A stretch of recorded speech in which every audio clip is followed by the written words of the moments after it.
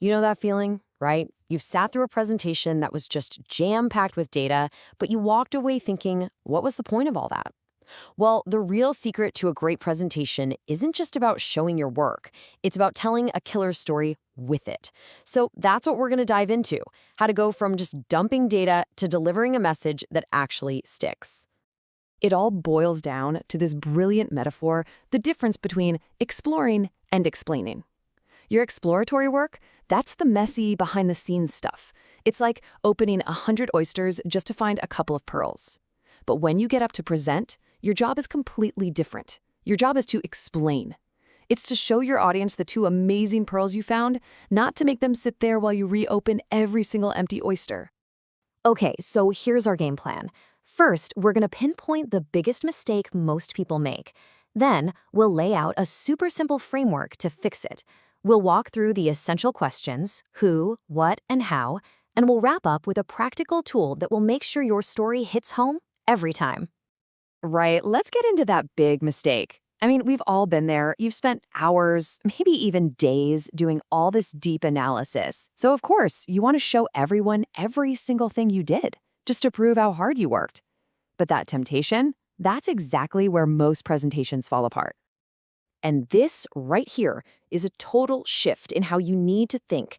It's no longer about you and all the work you did. It's about your audience and what they need. Your job as the presenter is to do the heavy lifting for them. Your job is to deliver the pearls, not the huge pile of empty shells.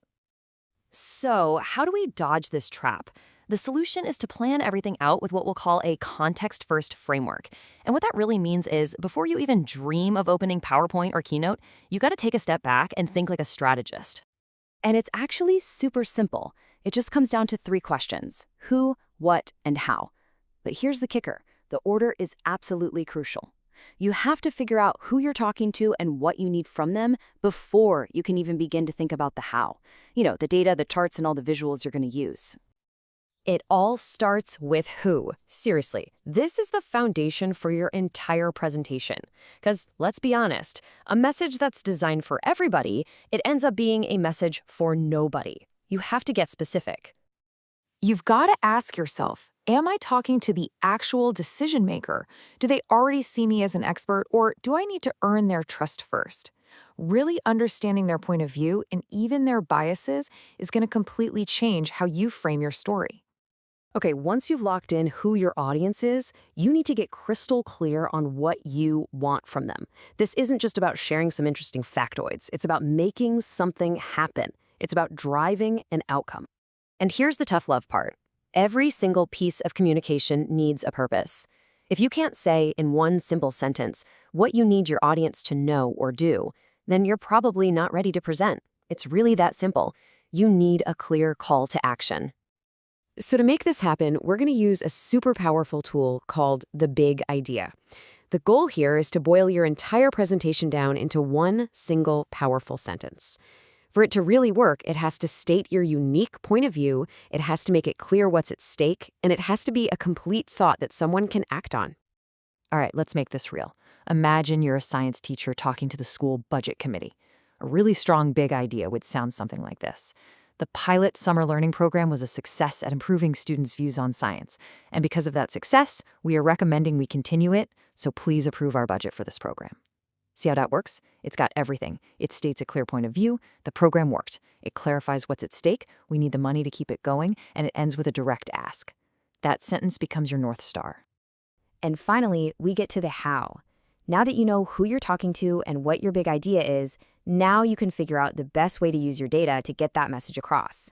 So how you deliver this message? Well, it really depends on how much control you have as the presenter. If it's a live presentation, you are the star of the show. You're there to add context and answer questions, so your slides can be really simple and visual. But if you're just sending a document for someone to read on their own, you lose all that control. That means the document itself has to have way more detail to make sense. And, when you try to mash those two things together, you get this thing called a slidement. It's this weird hybrid that tries to be both a presentation and a document, and it usually fails at both. It's too cluttered for a live talk, but it's not detailed enough to stand on its own.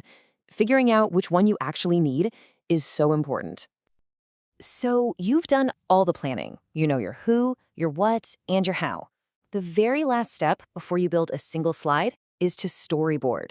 This is the real secret to making sure your presentation flows like a great story. And the single most important rule of storyboarding is this: step away from the computer. Seriously, the second you open up that software, you start worrying about fonts and colors and animations when you should be focused on the story and the structure. Instead, grab something simple, like Post-it notes or just a whiteboard. This makes it so easy to move ideas around, pull out sections that aren't working, and just perfect the flow of your narrative without getting all attached to pretty slides you've already made. At the end of the day, this whole process is about slowing down now so you can speed up later. Yeah, taking the time to plan everything out might feel like an extra step, but trust me, it will save you so much time and headache down the road, and you'll end up with something way more powerful.